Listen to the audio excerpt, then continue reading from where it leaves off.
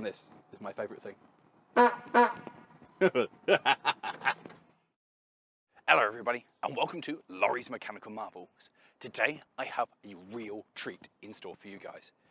Today we are going to be looking at effectively the birth of the modern motor car.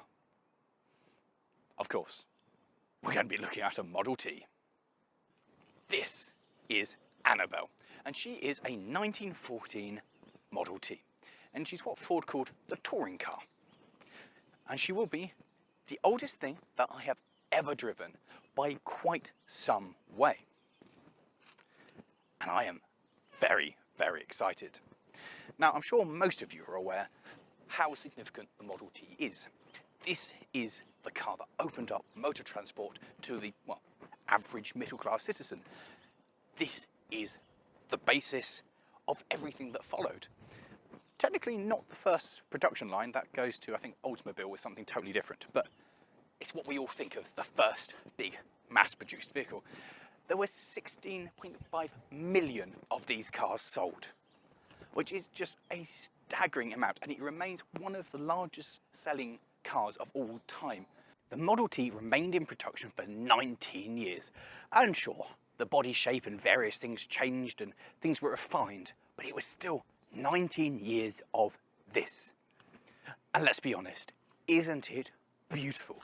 This gorgeous brass radiator, these gorgeous flowing fenders, arches or whatever you want to call them. It is stunning.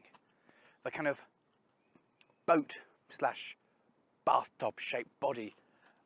It's just an entire work of art. It is absolutely stunning. It's an amazing car. It's an amazingly pretty wooden car. What's particularly noteworthy about this particular Model T is the fact that it's never actually been traditionally restored. It's never been found somewhere and had somebody completely rebuild it. It's just been kept going. It's had running repairs, sure, but no one has ever kind of done a full, restoration job on it. This is 105 years old, and it's still going strong. Yeah, sure, it's been serviced, it's had work, it's had some adjustment to the rods. But it's amazing, isn't it? Somebody, or people, several people, I believe the current owner is the second owner to actually drive it. It's had numerous owners who have kind of kept it somewhere, like in a barn and run it, but to actually take it out on the road, the current owner is the second owner to take it out on the road. But it's bonkers, isn't it? 105 years of maintaining, looking after and keeping going. So the next thing really to look at is to lift up this little, I like bonnets that open like this, and have a look at this mighty, mighty engine. The engine is a 2.9 litre 4-cylinder, which produces a whopping 20 horsepower, or at least when it was brand new, it produced 20 horsepower. I mean, if we do the equation of a number of horses lost per number of years, we're well into negative horses by this point. But it still works, so it hasn't lost all of them quite yet. And it really is something else. It has no oil pump, no water pump, no fuel pump, and originally, no electrical generation. It had a magneto, which would generate enough power for the sparks, for the spark plugs, but nothing else. Interestingly enough as well, the spark plugs originally were a 1/2-inch bore, they were like pipe size, and they were designed to be totally rebuildable. You could take them apart, clean them up, put them back together again and reuse them, unlike today's throwaway equivalents. This one has had an alternator fitted, and that's about it. There's the alternators fitted. Doesn't have a starter though, it's still a hand start to fire this one over, but that will charge up the battery so you can run the lights. The headlights have now been converted to run on electricity, but originally these ran on acetylene gas, like you use in a cutting torch or a welder. And that was generated in this tank here. You put calcium carbide in the bottom and water in the top. This little tap here controlled the drip feed, and as the two combined, they made the gas, which went down this hose here, along the body, and then came out of a little hole here, and that's what fed the lights. So that must have been quite bright and also sounds remarkably dodgy. The side marker lights here they ran on paraffin or kerosene over here. I mean, this was a car that was built without any electricity at all. That's fantastic. Can you imagine driving this along in the dark with only gas lights to light your way down a track? Because, there weren't roads when this came out. It must have been an absolutely unrecognisable experience. It's just beyond comprehension. Now, these engines were designed to run on a much poorer quality of petrol than we have today. By the US standards, the petrol that this was designed to run on is about 55 octane. So it's quite happy running on the really cheap stuff. And to that end, the original engines, they were designed to run on a mix of gas and kerosene. Well, so that's petrol and paraffin back in the UK. And he seemed to run fine on that. And of course, the question that most of you will be asking is, how fast will a Model T go? Because it doesn't look like it goes very fast at all. Well, I have it on good authority that the owner of this has been clocked doing no less than 50 miles an hour. And frankly, the thought of that terrifies the living bejeebers out of me. Because you've seen the size of the tyres. I have bicycles which have fatter tyres on. There's very limited suspension. There's the leaf spring across the front, but it's not much. And the braking is a band on the drive. That's how it works. You put the brake down, it clamps down on the drive. And that's what tries to slow it down. This one is fitted with a speedometer from factory. But where the position is, you're not going to look at it as you're driving along. I imagine that you're going to be far too terrified to actually look anywhere else but the road when driving this thing. The other thing to pay attention to is the fact that there is only a door on this side. The driver's side doesn't have a door. It looks like it does, but it doesn't, because the handbrake is in the way. The later versions, they do have a door on the driver's side. You just have to kind of feed your legs around the handbrake. Oh, and the suspension is quite loose. You know what? It's quite comfortable in here. Now we're inside the Model T, we'll find that some things in this are quite different to the style of automobiles that we are used to. This thing is quite strange. So we'll start off with something that we can kind of all relate to. Steering wheel here in the middle, where it should be. Well, okay, it's on the wrong side of the car, it should be over there, but bear with me. Steering wheel, the correct place. Throttle is this control here, which is conveniently, you can flick it from the steering wheel. On the other side is the control that allows me to advance or retard the timing of the engine. Yes, we have to change our own engine timing. We have a setting about here to start it, and then running somewhere here, and if you come to a steep gradient or something, you can push it up and basically feel it. I don't really know how to explain it to you guys. It's just kind of, I think I need to, yes, that sounds like it's running better. The three pedals on the floor are not the three pedals that you think they are. On the right hand side, instead of the accelerator, we have the brake. In the middle, cleverly stamped with an R, is the pedal for reverse gear. And then on the left, where the clutch would be normally, we have the kind of clutch. Pushing this all the way forward will engage forward gear. And then releasing it, once the handbrake is released, engages the mechanism for second gear. Which makes this quite challenging to drive, because coming up to something and putting your foot down onto the clutch will indeed just put you into first gear. And then you have to put your foot on the brake, which is where the accelerator normally would be, to stop you. So it's rather backwards. We have a little lever down here, and that opens up a flap in the exhaust, which reduces the back pressure somewhat, and that gives us an extra horsepower or two to help us climb steep gradients. We have a horn, which is just fantastic. And that's possibly my favourite thing about the entire car, because that is superb. Then below me, there's a series of switches. That now functions to turn on the alternator for the lights, and there's also a kill switch that will turn off the power to the spark plugs, which is how we stop the car. It didn't used to have that. That was all part of the gubbins in front of me, which no longer work. Running repairs as part of the running one of these vehicles. turn signals or indicators. That's very advanced. To turn left, we stick our arm out like that. To turn right, we put our arm up like that, outside of the car. That really is all there is to it. It's amazing how far we've come, but how strangely familiar this thing feels, despite having none of the modern, well, luxuries that we've come to expect out of a car.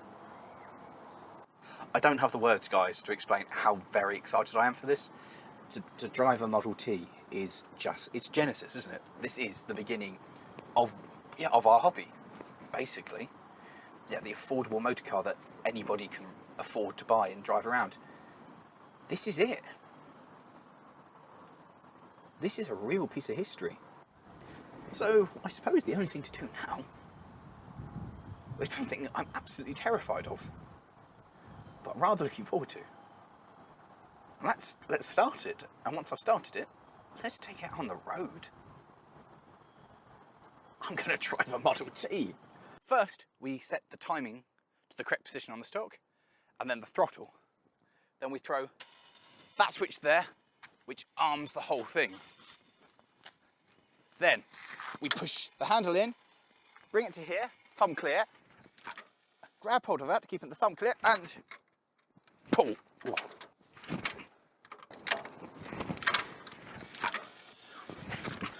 Try it again. Now we throw it over, and away it goes.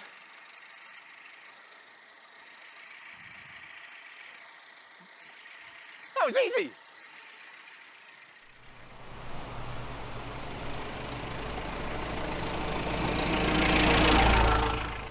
So, the Model T. It's amazing. The pedals, of course, that's a difficult thing to try and master, but once you actually get moving and out onto the open road, wow, what a thing. The ride for me, well, that's quite comfortable. The ride for the camera, nah, that looks like that's not enjoying it quite as much as I am. Highlight of the entire car, that is brilliant. The doors are very low. The lack of sides just make this thing feel so open and so totally 100% terrifying. So, in reverse to a normal car where you've got your foot off and kind of waiting to depress the clutch, you've only got your foot hovering over the brake, which is where the accelerator should be. It's all much harder than it should be. You've got to keep thinking and remind yourself where each pedal is. However, once it's actually into second gear, and where we are now, it's just really easy, just letting the thing drive itself, giving it a bit of throttle, and away it goes. It sounds delightful. The only thing we have to really do is keep an eye on the temperature gauge at the front and make sure the thing doesn't get too hot. Now, on a hot day, this car is perfect. So the breeze coming through here is really quite delightful. It's keeping us nice and chilled. I mean, certainly this car, we do not want to be in when bad weather hits. That would be deeply, deeply unpleasant. There is no way in hell I would ever take this out on the road at night. I cannot think of anything more terrifying than that.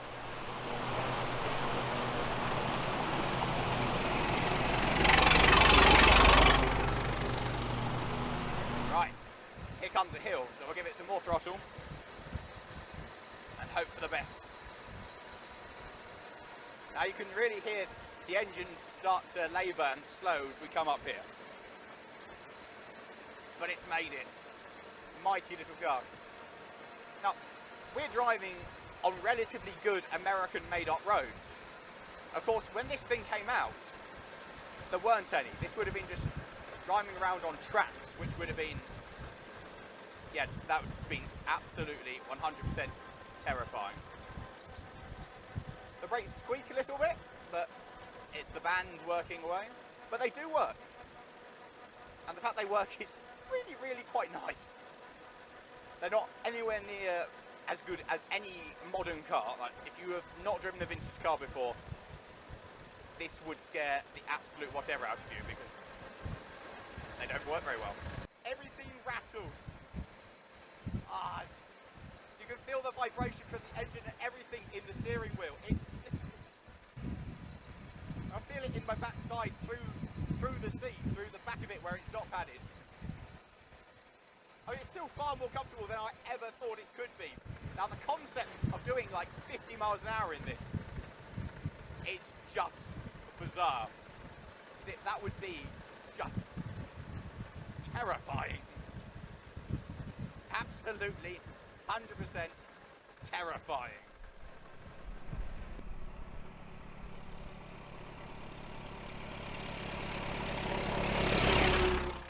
So, the way that everything works on this, nothing happens immediately. To stop, we have to have the gear pedal in the middle, which takes some time to find it. And the brakes, well, they do work, but they're slow. Everything is more hard work than a normal car. You've got to think that much further ahead to be able to, well, start slowing down that much earlier. To be aware of junctions that much earlier. To think of where you might have to go if somebody does something stupid in front of you. And once you get your head around this, it's actually relatively easy to drive. You know? I've got no complaints with this at all. I mean, I imagine driving it through town and trying to remember what the pedals are at the last moment. Yeah, that's possibly a bit more. But on a day like this, on a relatively open road, this is just sublime. This is the horseless carriage. This is ground zero. Everything that we know comes from this. Wow. It really holds itself well as well. It stays in a straight line. There is a tiny bit of slack in the steering, which is a little unnerving. Everything about this is so much smoother and better than I thought it would be. The way the throttle response works, the way the power goes down, it's just, I thought it was going to be rubbish. And sure, it's not very powerful, but it's very smooth. It's a happy little engine in there.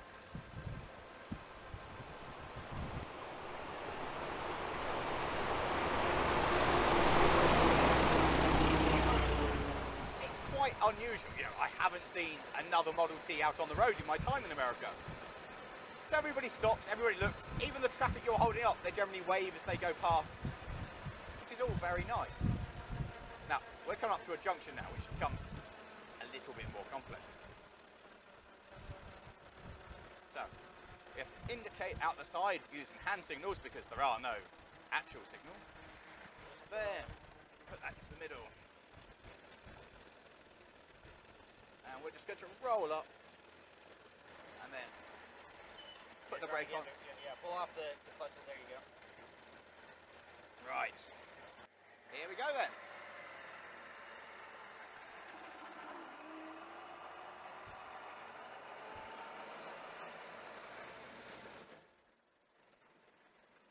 Kind of a smooth gear shift. Almost stalled, but kind of.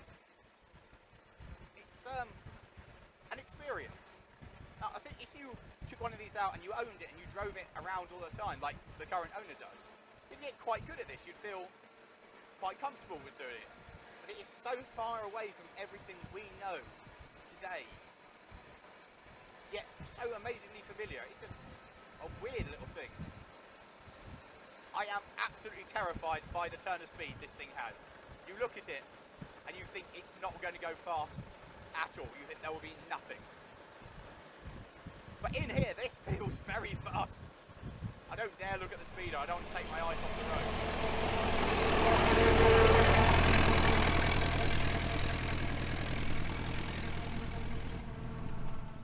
I would say it's not an enjoyable cruising vehicle because you can't relax in it.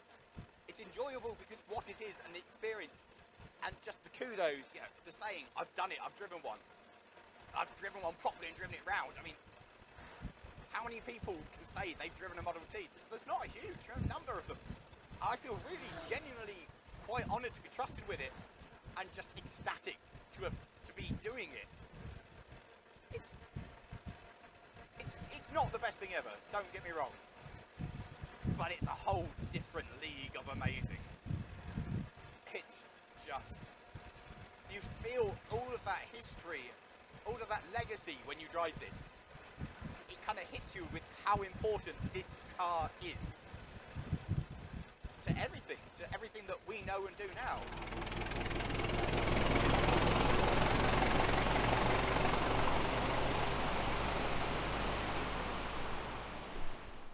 And so this is the end of my first experience out on the road in a Model T Ford. How do you find it, Miss Daisy?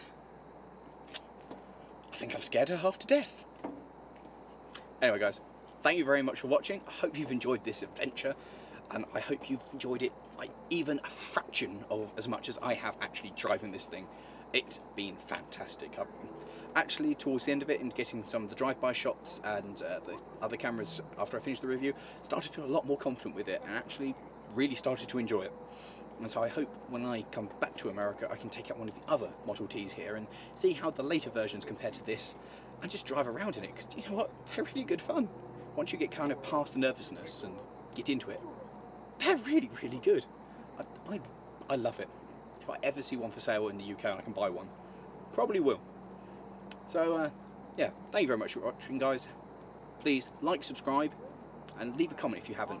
Have you ever driven a Model T? Let us know.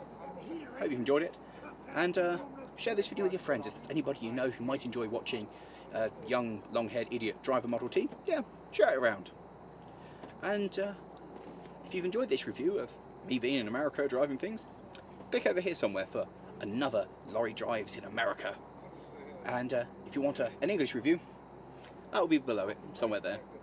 That'll be me driving something back home. Right, let's go. Oh, I need someone to start it for me. Hello? Anyone? Hello? Anyone want to start the car for me? I want to go for another drive. Anyone?